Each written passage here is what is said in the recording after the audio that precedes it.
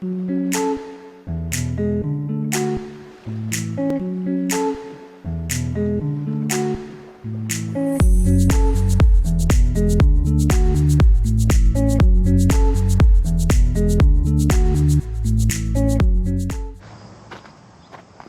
going on, everyone? Moose here, Airguns of Michigan, and today we are out at the 50-yard range with the NRL22 Maverick.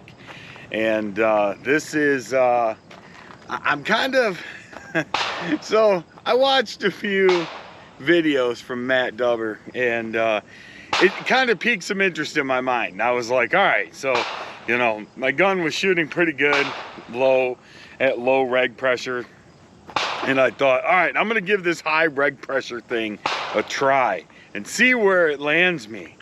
So I went through, I watched Ernest's video on the high power on the Maverick and how to tune it. So I went ahead and chronographed the gun at at hammer wheel setting 7, got it maxed out. We're shooting about 1,048, at least as maxed out as I wanted it to be.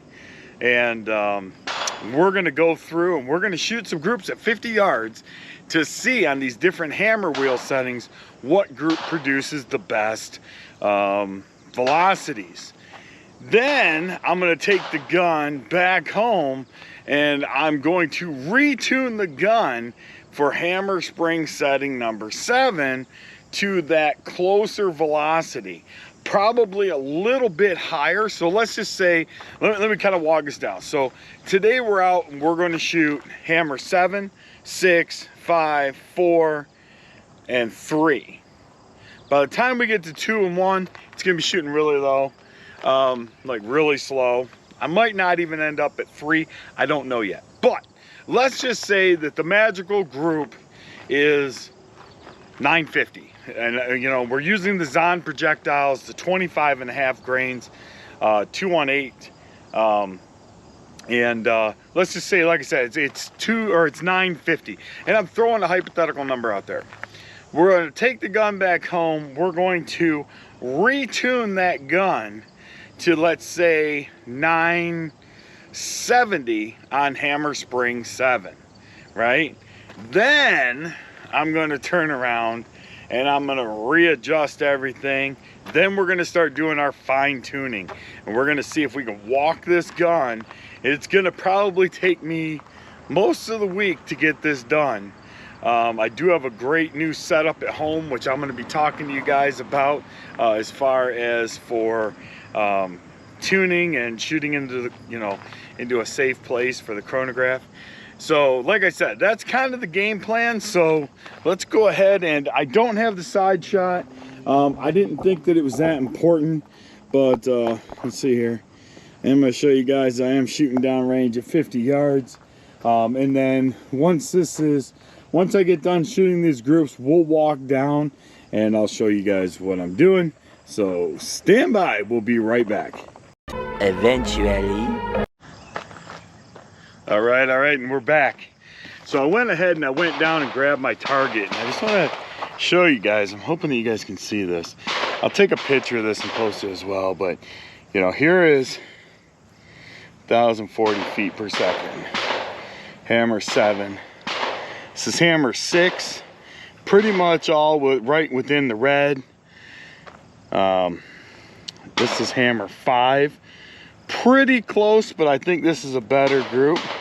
We did have a couple of stackers here, but that's still, I think, a better group. This was hammer 4.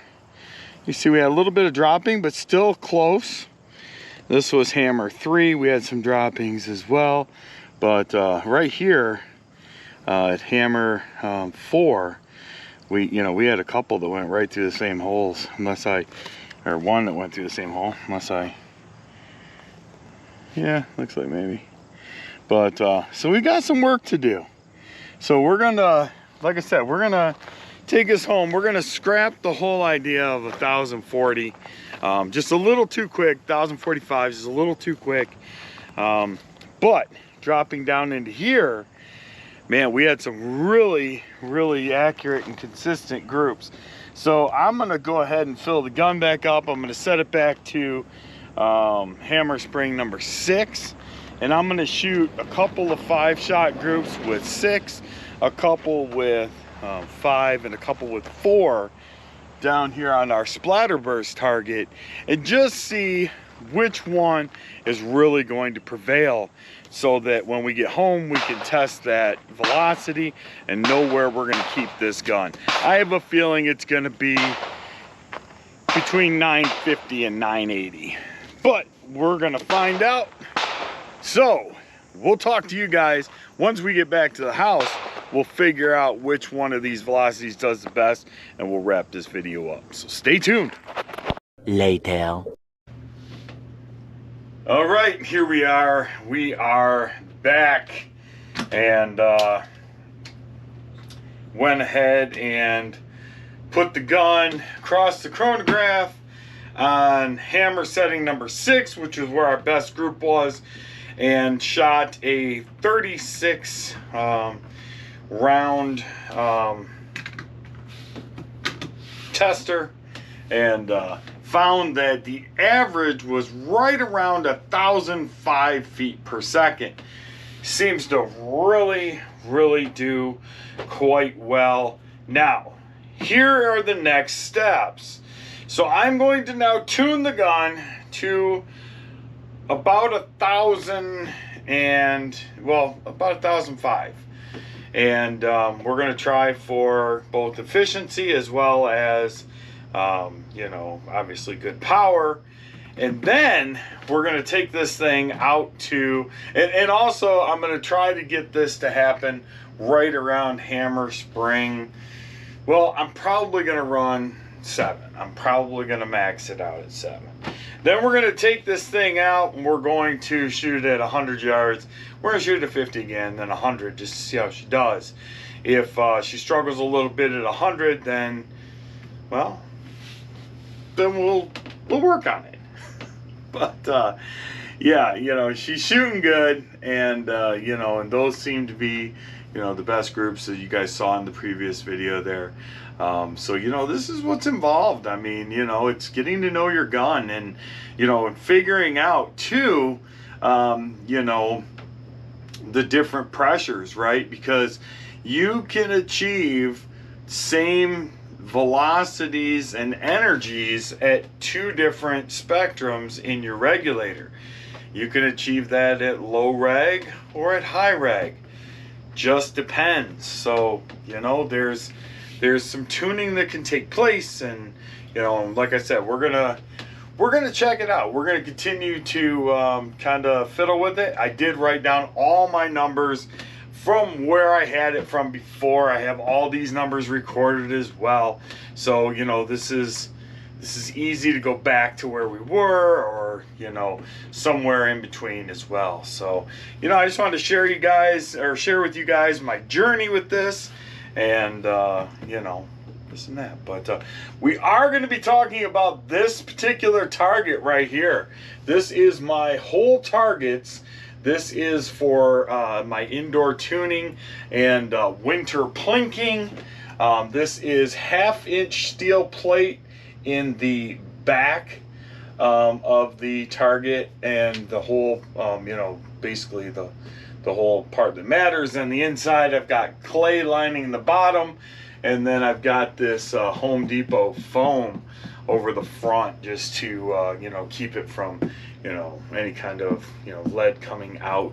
But yeah, we're going to be talking about this because those things are for sale through wholetargets.com. You can actually reach out to George right now. He has them in, I believe, 1/4-inch. I can't remember. 1/4-inch and 1/2-inch. I went with the 1/2-inch just because of how close I'm going to be shooting some of my, you know, 25, even 30 caliber guns. I wanted to make sure there was no way it was going to go through the back of that. And this steel is hardcore. I've shot the 30 up against it at about this range, and holds up real well. So, but anyway, we're gonna get back to this thing, get it tuned, get it where it needs to be. Then we're gonna take it back out to the range, and we'll do a follow-up video And there's gonna be lots of videos, so hang in there. We'll get to the end sooner or later. Till next time, I'm Moose. This is Airguns of Michigan. Be good to each other, and God bless.